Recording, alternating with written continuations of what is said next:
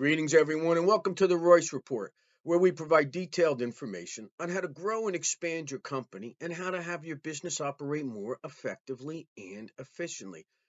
I'm Todd Smith, and if you have not already done so, please hit subscribe, hit the bell as well, and you will be notified each and every time a new video is posted. This week, we're all about starting a business. Owning a business is one of the most exciting actions a person can take. It's yours, and it's a thrill to own your own business. I've been in my own business all but 7 years of my adult life, and I couldn't think of doing anything other than working for myself. Now, as you make this decision on to open a business, there's a few things to consider. Opening a business is really quite simple. You register it with the state, you choose a name, you put a shingle on the door, and you're in business. It's what's behind it all that you need to think about and consider and make some decisions on. First of all, you need to decide on an exit strategy pretty much from the start.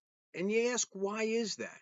Because there will come a time when everyone leaves their business, either through retirement or for a sale. And there's several types of businesses that you have to decide on that you want to open. And there's nothing wrong with all of them. All of them are great. They're all about what you want. First of all, do you want to open a ma and pa style business? There's nothing wrong with that. Local pizzeria, restaurant on Main Street, USA, anywhere. Do you want to open a hardware store or a small contracting company? That's forming that kind of business and starting and operating that business is different than if you want to start a business that you're looking to really grow and expand, possibly have a larger competitor or a larger entity that there's a benefit to take it over, or you may have sights on taking it public.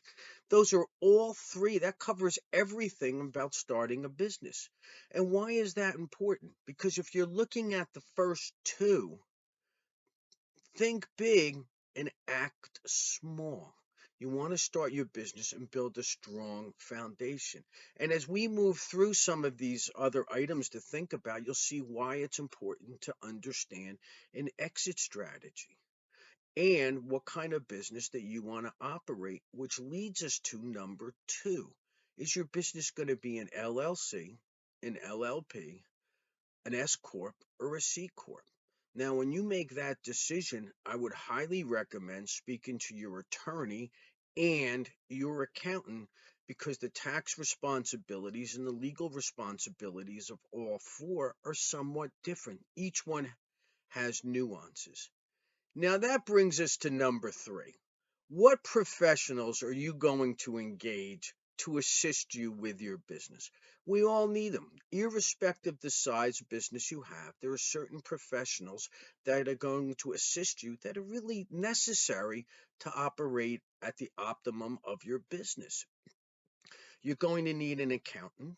You're going to need a attorney. You're going to need a human resource specialist, and you're going to need a financial advisor and a banker. Now, some of these may catch you off guard a little bit, so let me talk about the two that most people get startled with rather, and that's the human resource specialist and a financial advisor. Labor laws are changing on a regular basis. A human resource specialist will assist you in writing an employee handbook to make sure that you are compliant with all the federal and state laws. The last thing you want to do is open a business and have a problem with any of the labor departments. And there are a lot of great human resource specialists around that'll provide that guidance and assistance. Now, the financial advisor. As we spoke earlier in the video about your exit strategy, do you want to own a mom and pop style business or are you looking at grander uh, objectives with your company? Engaging a financial advisor at the beginning will be able to give you great guidance. If it's just a mom and pop style business, they'll be able to guide you on how you want to manage your profits so you can invest in your future or your retirement. It's the same thing with the accountant working with the financial advisor if your objective is to sell the company and or possibly take it public, because you'll end up with an abundance of money that you're going to want to allocate correctly to avoid any unnecessary taxes and maximize the profit from the profit that you just obtained for your business. Now, number 4, if you were like most people, when you start a business, you do it all, and that includes sales. Now, most people, when they start a business, are absolute experts in the product or service they're providing, though they do have a little difficulty with sales. That includes some of the professional corporations that are started, professional corporations meaning law offices and accounting offices. You need to understand, and I highly recommend you understand, that when you open a business, you are also the salesperson. You're just not running the company. And there's a tremendous amount of passion that you bring to every time you make a sales call. Most businesses start with either a core group of clients, meaning you already know who's going to engage you, and then you need to grow that from there. I did a video on the sales cycle a couple months ago, so check that out on how to be a more effective salesperson and how to understand the sales cycle. One thing to remember, or two things to remember, is you want to place yourself physically where your clients congregate. If this is an internet business, you're going to want to spend a lot of time marketing on the internet. If it is a more local mom and pop business, the Chamber of Commerce is a great place to interact with future clients. And if it's business to business, the third place you're going to want to look at are trade associations in which your clients spend a lot of time on.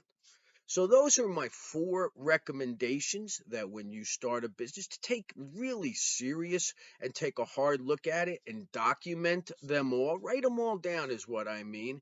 You're going to want to have an exit strategy, decide on what kind of business you want to have. You're going to want to know what professionals that can really greatly assist you and understand you are entering the sales business as well. Owning a business is tremendously rewarding. I wish everyone a tremendous amount of success. Remember to hit subscribe, hit the bell as well. And until we meet again, be well, be safe, be happy, be successful, and always prepare to win.